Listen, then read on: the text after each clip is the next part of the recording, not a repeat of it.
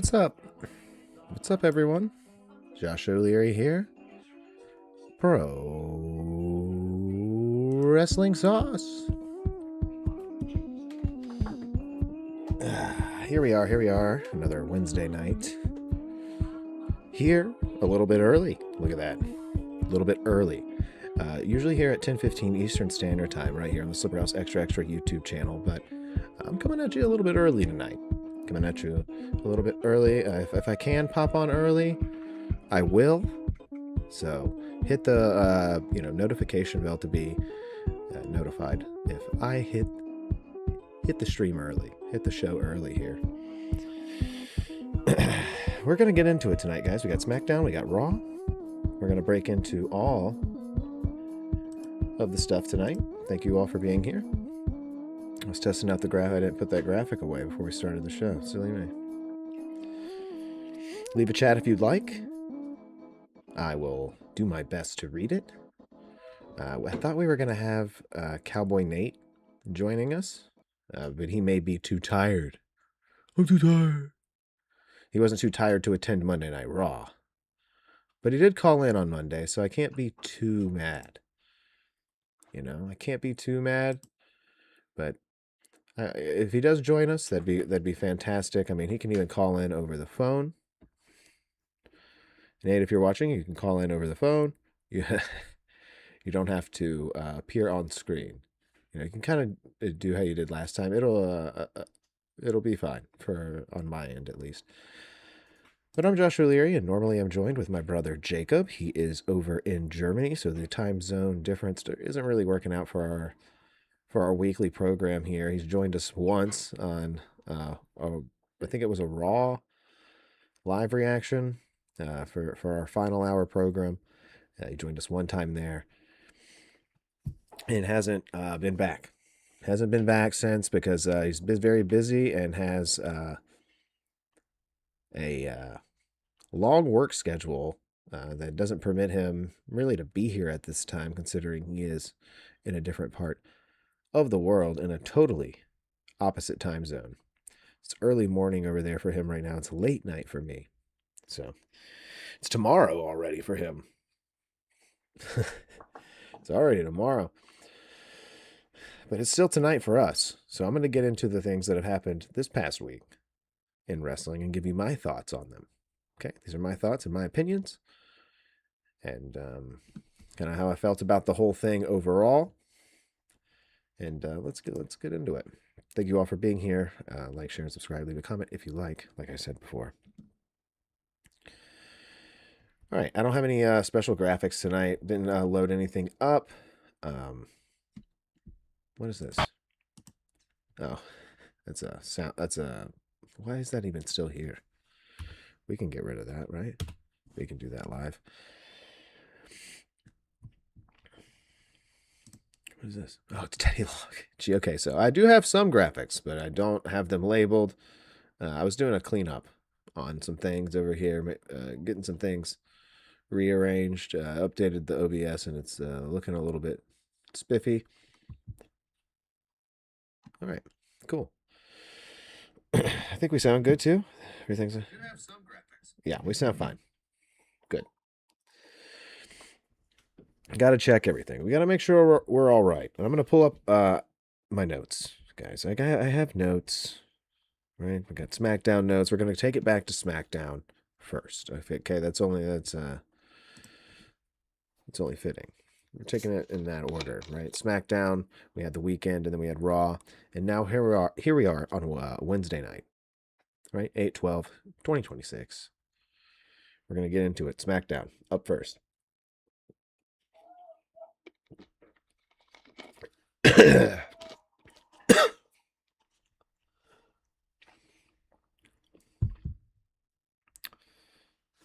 What the heck? No. Get out of here. Did I click the wrong thing? All right, SummerSlam. That's been said and done. We covered that last week. I gave you my full thoughts on SummerSlam. We have this is our aftermath, pretty much. So coming into SmackDown, it's our big aftermath. We had Chelsea Green winning the interim women's championship in a ladder match. And we had the big Kevin Owens return. Those were the big highlights coming out of SummerSlam. Kevin Owens return, Chelsea Green. That's what people were talking about, at least. And we were going to get into it right away. So, excuse me. Cody Rhodes. He made his way to the ring to kick off this show. And he's going to talk some shit to Randy Orton, clearly, because Randy Orton gave him the RKO at SummerSlam, and now Cody is wanting to give him the business on the mic. Only makes sense. So Cody starts giving him the business, and then after, and then CM Punk comes down, right? CM Punk comes down. And him and Punk have like a face-to-face here. They have a face-to-face, and anytime these two, I feel like, connect, the chemistry is off on these two. That's just my opinion. I don't know what it is. I think they both think their shit doesn't stink too much, and it just like they're like magnets that repel. Fucking magnets. How do they work? But yeah, man. This was messy. Because I was like, why is Punk coming out here anyway? CM Punk was like, let's team up, man. Let's team up and go beat up Orton together. Which I was like, please, God, no. It's the last thing we want. They bitter opponents, bitter rivals, but they're teaming up now because they're both they're such great guys. So Cody was like, no, I'm not doing that. I'm getting out of here. I'm going to go find Randy. And then Kevin Owens shows up. And he looks at Cody, says, give me the mic. I'm going to go down to the ring and say some shit to CM Punk. And this was where it got good. Real good in the talking segment. I didn't understand having Cody intertwined there. I feel like he could have just kind of had his own segment. We didn't have to have Punk come out. And I mean, I know they just faced, I don't know. It was a little bit sloppy getting to this. I think we could have just started with this. We could have had Punk come out and then Kevin Owens come out. Let's get right to it. Let's get right to this. I mean, I should have skipped over my notes, to be completely honest. So, oh, Jesus, I'm losing my place in my notes. Owens is getting a huge reaction here. We love Kevin Owens. I'm a big Kevin Owens fan. I thought he looked great in the match at SummerSlam. I mean, it was definitely a quick bout, but it was good nonetheless. And it makes you want to see him in singles competition. And we are going to for the WWE Championship here at some point, it seems like. Hopefully he doesn't have too much interference there, as in a bunch of matches until then, and anything happens. We hope not. But hopefully they protect him like they do their champions, like Punk. Like these tenured employees they have on the roster. Hopefully they treat him with some respect, at least in the booking department. I mean, they're doing well so far. Let's not screw it up until we get to the WWE Championship. That's all I'm a little bit worried about here with Kevin Owens. But Kevin Owens, I saw many people tweeting about this afterwards saying, was this real? Like, and no, this is just how good Kevin is. I mean, I'm sure there's some hatred there. I mean, these guys go way back. Ring of Honor. I mean, there's a lot of lore between Kevin Owens and CM Punk. A lot of lore. And they talked for a while, and it was a little bit long-winded, but I thought that like Kevin Owens kind of got the best of him. I think Punk threw a jab at him here about like being fat. but like in a weird way. He was like, I don't know. He just like worded it very weird. He was like, they used to call me skinny fat. Look at you. It's like, okay, okay. You know, I don't know. This was all right. I thought the beginning was unneeded. I thought Cody Rhodes and Randy Orton, you got to keep them separate away from this because now it's just like forgotten about. You literally had Kevin Owens come out and walk all over that segment. Like whatever was happening between Cody Rhodes and CM Punk, Kevin Owens came out and walked all over it. All right, then we had Baron Corbin. He's walking backstage with his furry U.S. title belt. He's keeping this furry belt. I hate this fucking thing. I do not like it. It's going to get a couple sound bites from me, to be honest. That's what I sound like when I see this belt. Is, you know. I cannot stand it. I like the white look of it. Like if it was a white leather on there, it wouldn't look half bad. But they're not going to do that because they only do that for the women's championships now. So for some reason, the men are allowed to have a white furry one though. You know, I mean, I get it. Like, oh, he's holding it like a trophy. You know, he's of a slain opponent. Change it up, man. All right, it was and then we had Baron Corbin versus Trick Williams for the title again, and this was okay. This was kind of like a repeat, man. This was a repeat, but we didn't have little Yachty out there. You know, stealing some spotlight from Trick here. Trick could go out there and just lose on his own. Oh, man. Which is really funny because they set up Carmelo Hayes later on in the show with Baron. So clearly they're going to go to a triple threat match. This is the longest winded way of doing this. We had to put Carmelo Hayes on the back burner, you know, to where people almost forget about him. I went to Raw 2 months ago. People knew who he was then. It's been 2 months. You guys have literally left him on the back burner for 2 months. He's done some stuff here and there, but not enough that I can just like be like, oh yeah, the last thing I remember him doing was wrestling at the SmackDown I attended 2 months ago, where he was on a rise and heating up to win that U.S. championship. So, you know, throw water on him, why don't you? But this is the longest winded way of getting to this triple threat match. Now Carmelo Hayes is going to come into the picture. Baron will have a little feud with Carmelo Hayes. And then Trick Williams will come into the picture. And he's like, you know, maybe we can both team up and at least one of us will win. And then Baron will just beat them both. The upsides of this match was that Baron won. Like, I love Trick. I love Trick Williams, but I will say that Little Yachty was a detriment to his character for me. Little Yachty coming out, stealing the show. Not really my favorite seller of things. I don't know. He's just a little too goofy of a clown boy out there. You know, that's what one of my old gym coaches used to call me. Was a goofy clown boy. He called me that. and it stuck with me, you know. I didn't want to. I said I don't want to grow up and be that.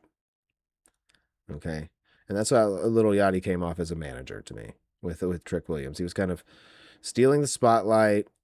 Trick can talk, man. I don't need Little Yachty's annoying fucking voice out there. I don't know how people listen to it in music, but I don't want to listen to it on the mic hyping up a wrestler. That's just me. That's my personal opinion. He wasn't there this week. Thank goodness. And then also, the big note about this is that Corbin had a motorcycle. They gave Corbin a motorcycle. Okay, it's almost ridiculous the lengths they're taking to make Baron Corbin look cool. And that's coming from a Baron Corbin fan. I love Baron. I've been a Baron Corbin fan for a long time. But my goodness. You guys are going all out like, hey, you know he's cool, right? You know he's cool, right? I know he's bald. He's cool. Look at Stone Cold. He was bald. He rode ATVs. You know, they're trying to combine the Stone Cold, the Undertaker, all into Baron. Roll them up into one big Baron doobie and smoke it.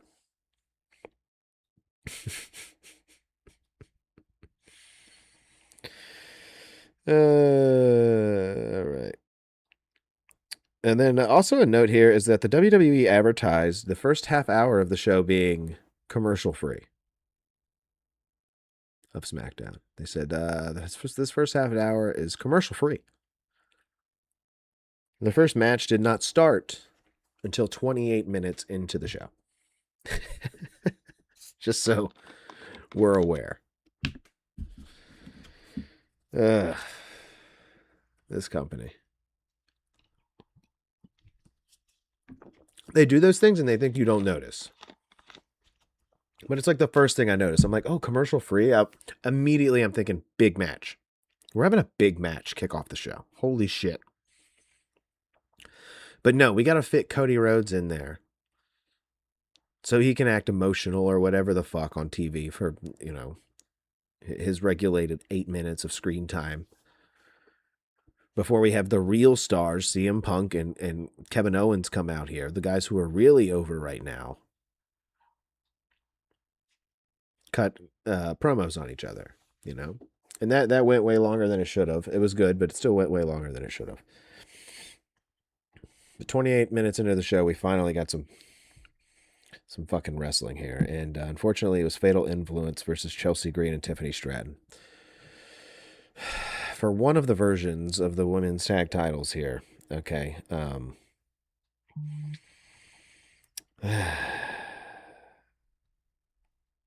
this wasn't good. This wasn't good. I didn't like anything about this match. The crowd really likes Chelsea Green. I mean, the crowd and Chelsea Green's interaction is probably the best thing about the match. I mean, I like Chelsea too, but this feud is doing nothing for her. If they give her little shit feuds like this in the interim before Rhea comes back, then it's gonna fucking suck. She's just gonna get squashed by Rhea Ripley, who's at home right now with a big brace on her leg, and I don't think that's a kayfabe brace.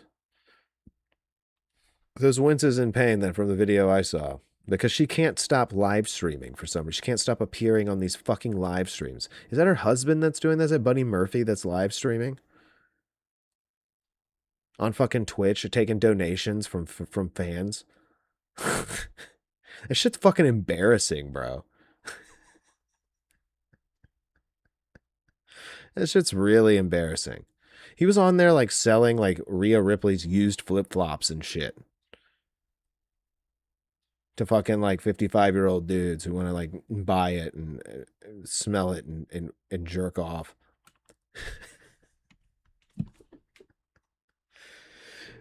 Like, what the fuck, dude? What is she doing? Sitting on there taking donations from fans. That is fucking low. I don't know. That shit's low to me.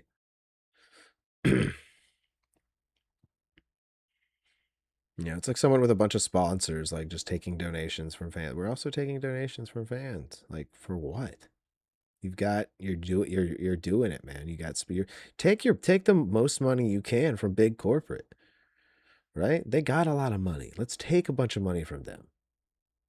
People working paycheck to paycheck who are dumb enough to donate their money, don't let them be done. Don't let them be dumb enough. Let's smarten up our society. Let's smarten up our society, Rhea. Get off the fucking live streams. Well, they can live stream if they want to. Nah, dude, it's killing the mystique, first of all, of the character. It's letting weirdos way too far in Like they can't really be complaining about people bombarding them at the airport when they have a camera in their living room live streaming what they're eating for fucking dinner.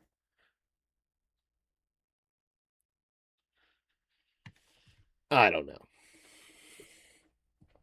Maybe I'm off course, or maybe I'm right on it. Either way, something to think about. That's how I see things. Rhea's gonna sit there and soak it all in, take in the donations from all the fans. Buddy Murphy do it or whatever. All these live streams she's appearing on. She's gonna be chilling, uh, garnering more attention from her adoring fans. All the while, Chelsea Green is going to be getting over on her own, but in some really lackluster feuds. And eventually, she'll just be like mid card, mid card, mid card.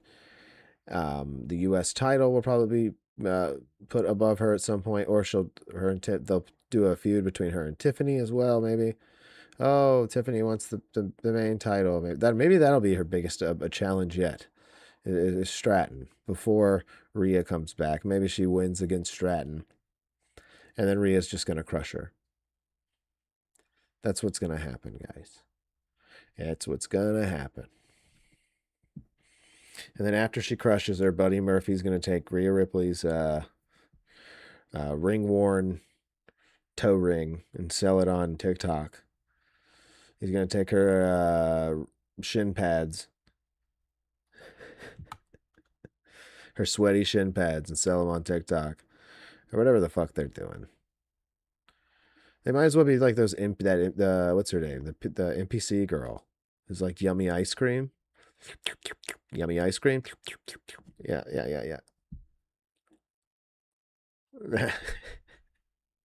You might as well be them. What are we doing? What are we doing? All right, Matthew Carlson. What are we even doing here? Notable moments and observations. I don't have none. I don't have none for this. All right. Then we had Randy Orton and Cody Rhodes. Randy Orton made his way to the ring. I said, oh boy, now they're getting their own talking segment. So again, I question, what was the fucking point of Cody Rhodes coming out there? Was that they're like, we gotta cap off Cody and Punk. They gotta come face to face and kiss before they're like, what the fuck, dude? Why?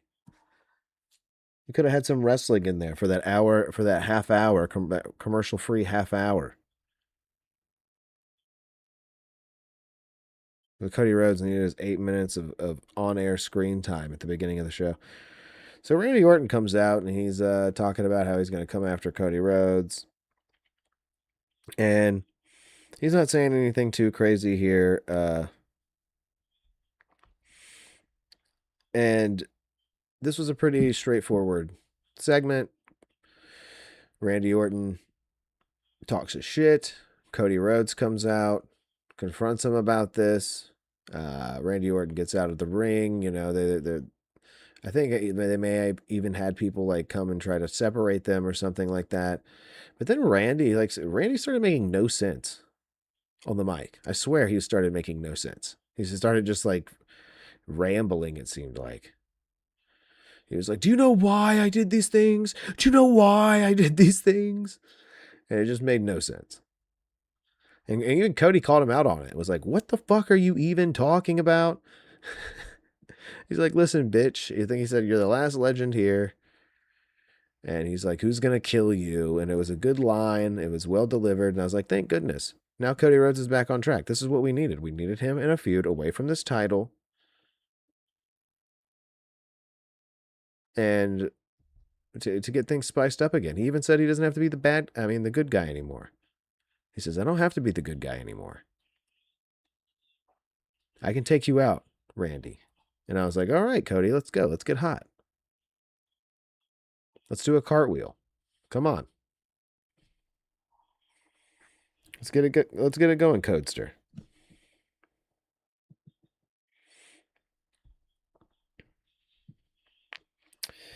All right.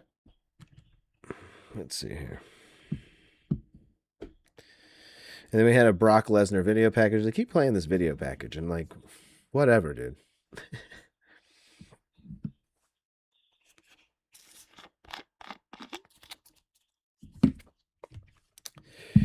All right. Jade Cargill versus Charlotte Flair.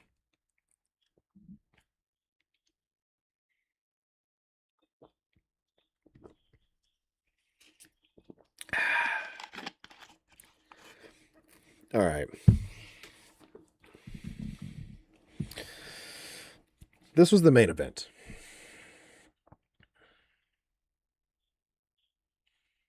This was our main event for SmackDown.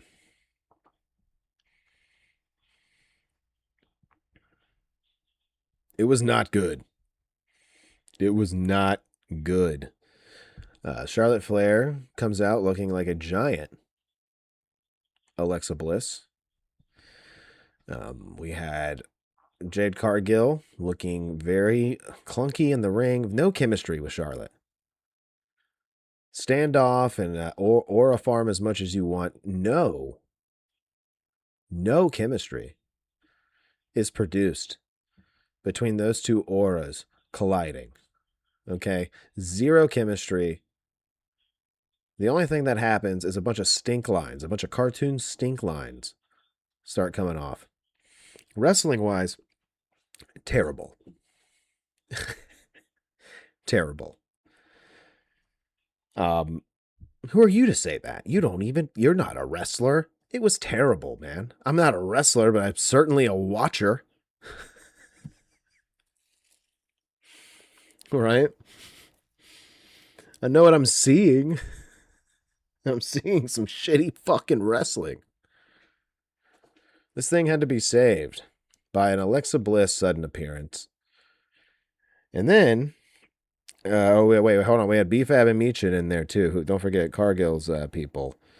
And then we had Tatum Paxley. The lights went out and Tatum Paxley appeared.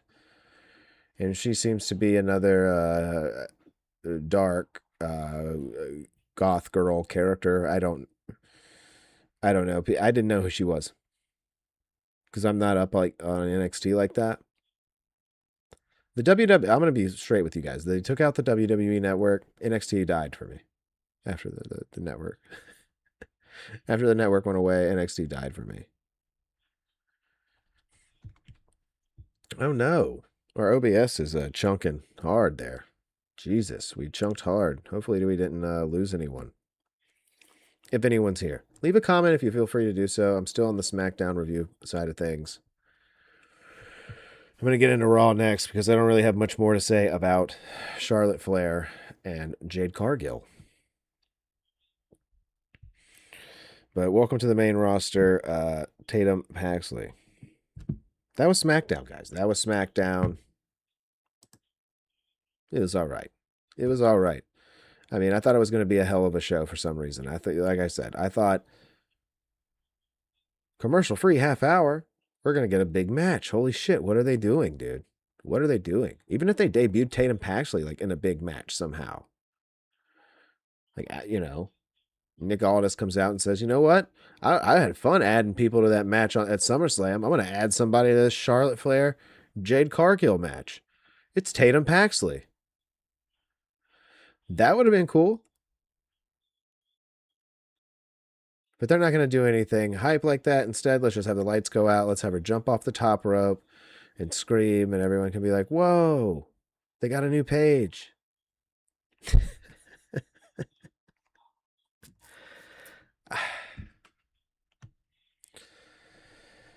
Raw's next. Thank you guys for being here. Like, share, and subscribe.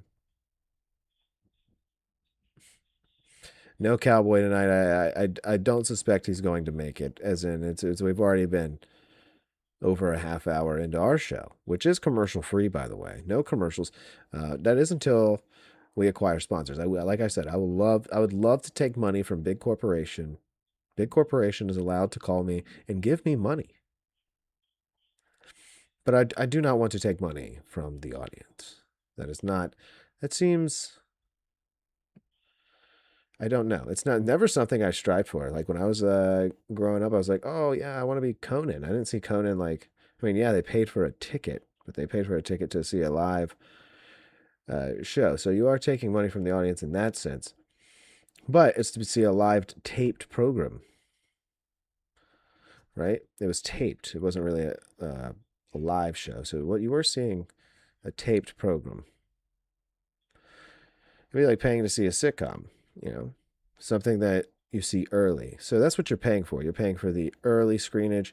And that's kind of what Patreon is. I see people doing that. And I feel a little bit better about Patreon because it is exclusivity. But here, donations, nah. Anyway. Raw. Where's my Raw notes? Let's get into Monday Night Raw. All right, Nate would be here normally, or we might have hit Raw first if he was here. If Nate was here, we could have hit Raw first. But they were right there near our hometown, right there in Norfolk, Virginia. And all night, everyone was pronouncing Norfolk wrong. They were saying Norfolk. Look at Norfolk coming alive. That's what Corey Graves would say. And I'd say, Jesus, Corey. We're going to Norfolk you up. I'm going to get big Cass on your ass. What, dude?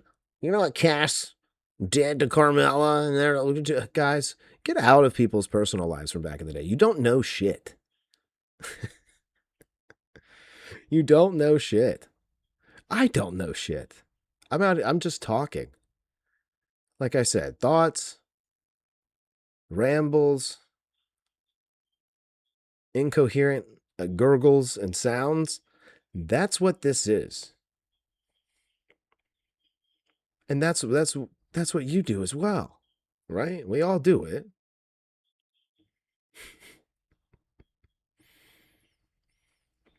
But to be angry that to see news every fucking week since Big Cass's debut, like I see people counting the words, how many words Corey Graves is saying in commentary. Get a fucking life. My God, dude. Like that is some sad shit. The fall of humanity. I got to witness it in my lifetime. Oh, God. Monday Night Raw, Norfolk, Virginia. We love it. We love it. We love it. We're going to have a tournament. Nice luchador tournament. Everybody in the tournament has to be a luchador. This is a AAA tournament as Roman Reigns is going to appear on the AAA show live from Mexico City. And we're going to have like a big tournament. It's clear as day who's going to win this tournament. You don't recognize anybody in the damn thing except for Dominic Mysterio and Penta. And then Dominic Mysterio has already been eliminated from it. Spoiler alert. So here we go. We got Solo Sikoa and Jey Uso kicking off the show. All right, I like Solo. I do like Solo. Having him feud with the Bloodline as the babyface, it's probably going to be the only thing to keep the Bloodline stuff alive at the moment. Because who gives a shit at this point? I was complaining 4 months ago about the Bloodline and about this direction. Coming straight out of WrestleMania, I was complaining about this shit. And then what do I see now? I see it everywhere now. This is not good. This is boring. And I couldn't agree more with you guys, but also you're late to the fucking party, man. You guys needed to be on this bandwagon a while ago, and maybe directions would have shifted. But a lot of you guys weren't. You guys let this play out, man. You guys, because you had Jacob Fatu in there. And there's a lot of, for some reason, sentiment for Jacob Fatu, right? I saw we just had Zilla Fatu debut in NXT because there's fucking more of them. Oh, but this one's Umaga's son. Dude, I don't give a shit. I know he looks good. Oh wow, he puts the face paint. Looks just like him. Give him Armando Alejandro Estrada and have him walk out to the ring with him. I'm sure it'll be a fantastic spectacle as long as it stays that way. But it won't, because they'll have him get integrated into this bloodline for some reason. I know he's already part of it. He's just going to be integrated into it, and then he's just another number. Like, Jey Uso has fallen off hard, dude. The entrance is over. The entrance could win the title. But Jey Uso's a dead fish. This yo what? And he goes too fast, bro. On his promos, he's like going way too fast. Like, dude's on Adderall, needs to chill out. Right? He posts on Instagram like a middle school girl.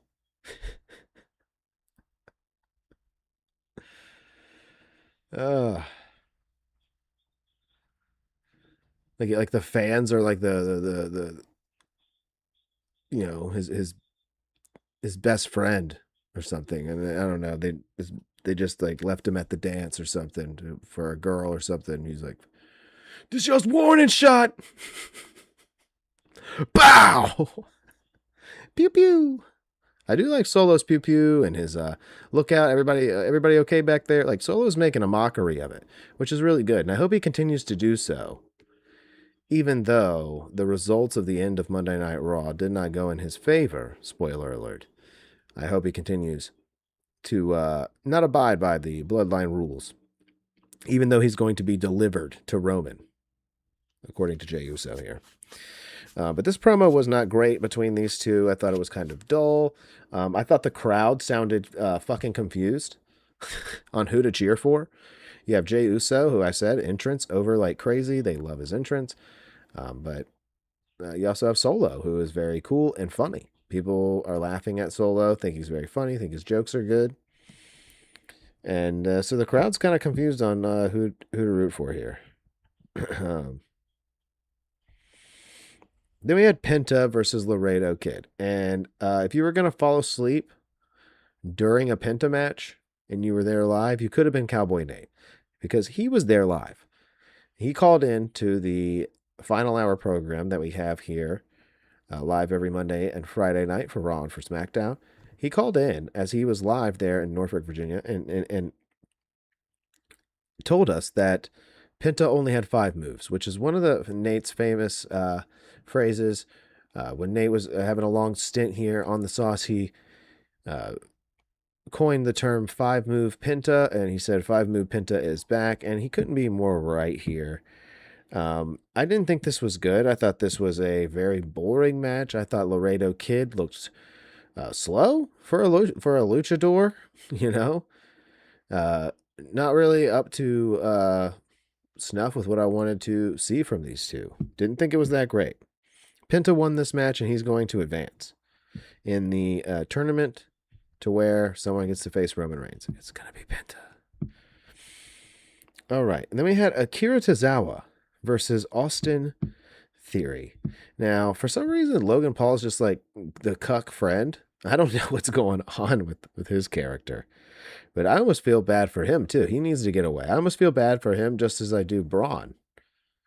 They're kind of making it a point now to take notice of the Braun stuff, but Logan's still there, just hanging out, being a creep with them two, like making out in front of him and shit. It's just strange. Anyway, so Theory beat the shit out of Tozawa here. Tozawa didn't have a chance. But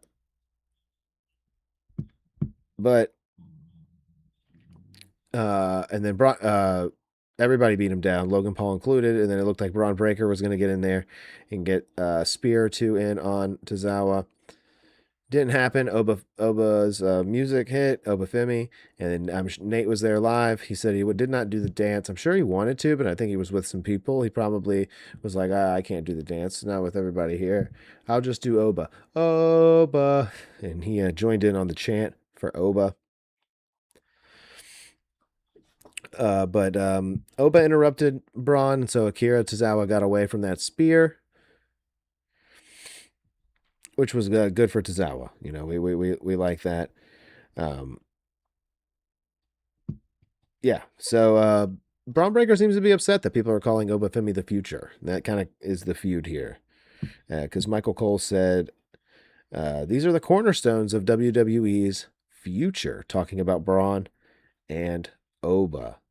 So that's what it was for that match. That was the you know, what was that? The best match on the of the night so far? Yeah, kind of.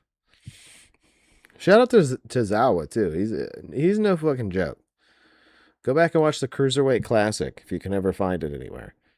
The network's gone, but yeah.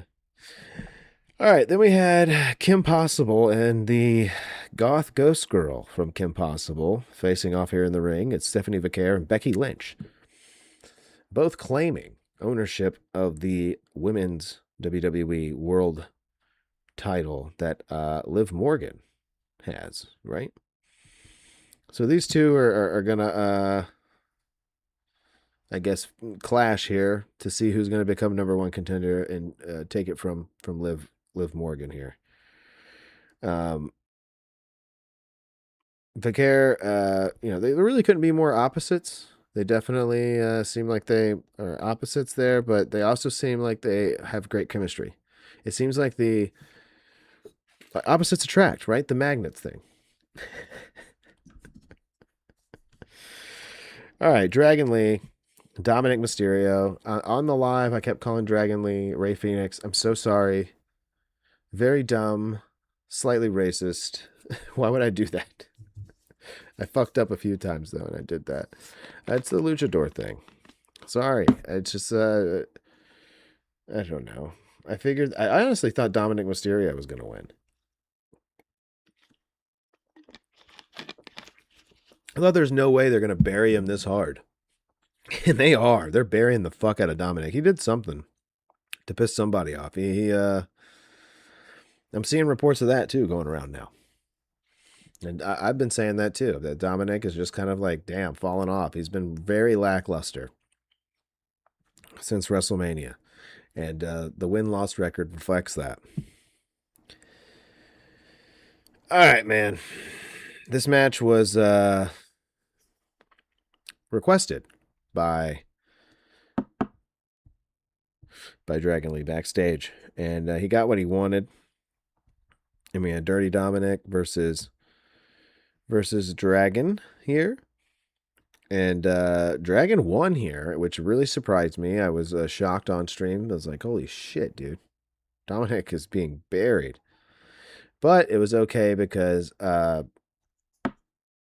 Dominic may advance anyway. He may have lost here, but he may advance anyway because Big Cass, he showed up and just killed Dragon Lee. And Big Cass shocks me every time I see him. I'm not going to lie. I know there's some people out there, his reputation, he doesn't have Enzo or whatever. Shut up. This is perfect. This is the one good thing they're doing right now. Like, this guy is a beef castle. He's a literal castle made of human beef. And he is out there, chiseled, tan, giant. He looks great. He looks powerful. The big boots look nice. The clotheslines look good. I'm not complaining at all. The promo was good. So get your panties out of a twist. Right? I hate when that happens. It's the worst. Why would you twist them up and do it on purpose?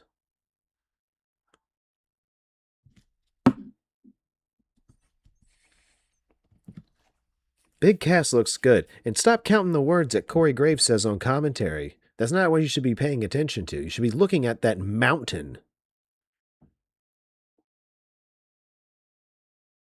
of man. That castle of beef. That's what you should be doing. All right. Yeah, shout out to Big Cass. All right, then we have Sol Ruka and Io Sky versus the Judgment Day. Um, and this was our second to last bout here. Nate said this was the best match of the night. He said Sol Ruka looked really good. He said that her finisher looked really good live. And I was like, that's good because she's kind of been clunky. And really, she was clunky in this match. I kind of disagreed with Nate. I said I was watching it on TV. She was kind of a little bit all over the place. And she tightened up towards the end of the match there. And I'm glad she did because Nate thought everything looked good. So everything looked good live for Sol Ruka. Io Sky returning here.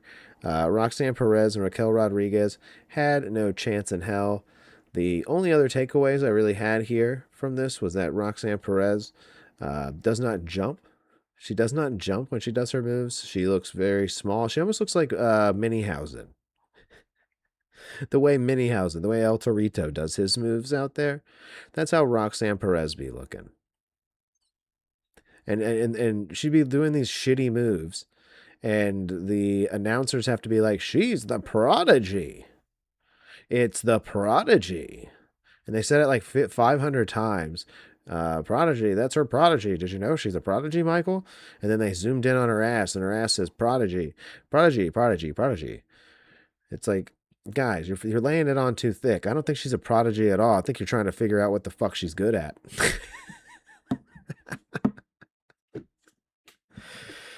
Ah, I mean, right? You bite in an apple and you call it an orange. You know, round pizza, square box. I don't get it. I don't get it. Main event time: Solo Sikoa versus Jey Uso. And if the start of the show with them having a nice verbal bout couldn't get more boring, it just did. Okay.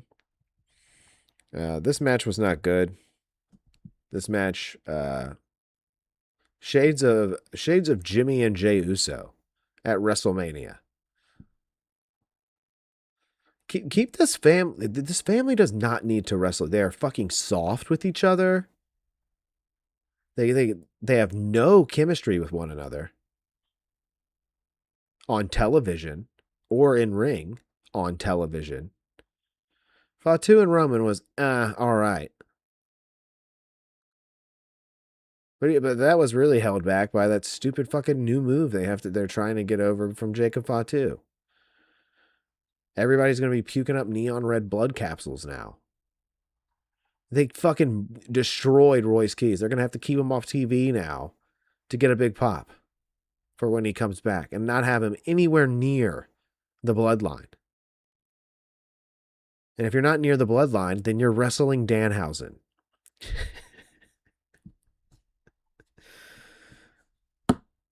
You know, tell me when I'm telling lies. Yeah, I don't know. I don't have any other takeaways from this. I thought this match fucking sucked.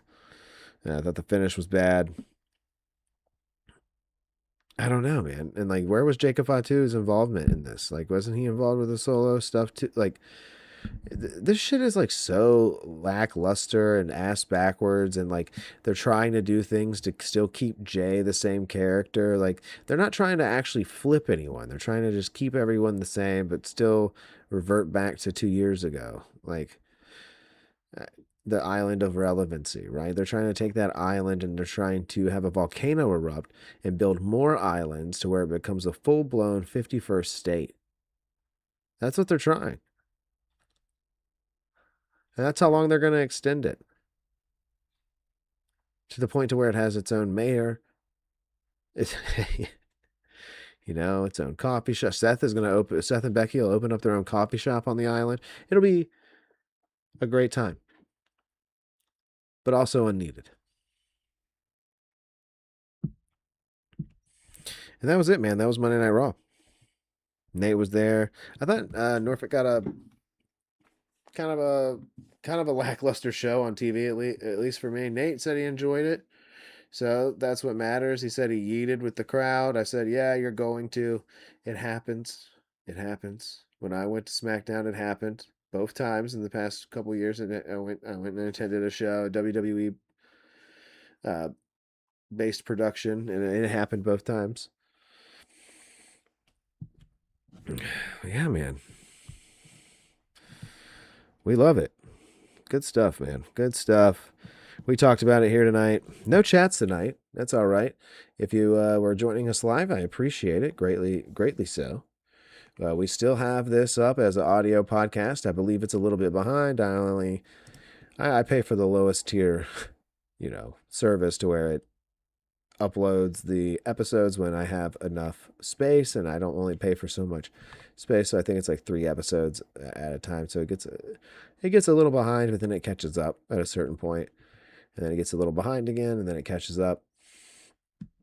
But they're all available on your podcast streaming platforms, wherever you may get your podcasts.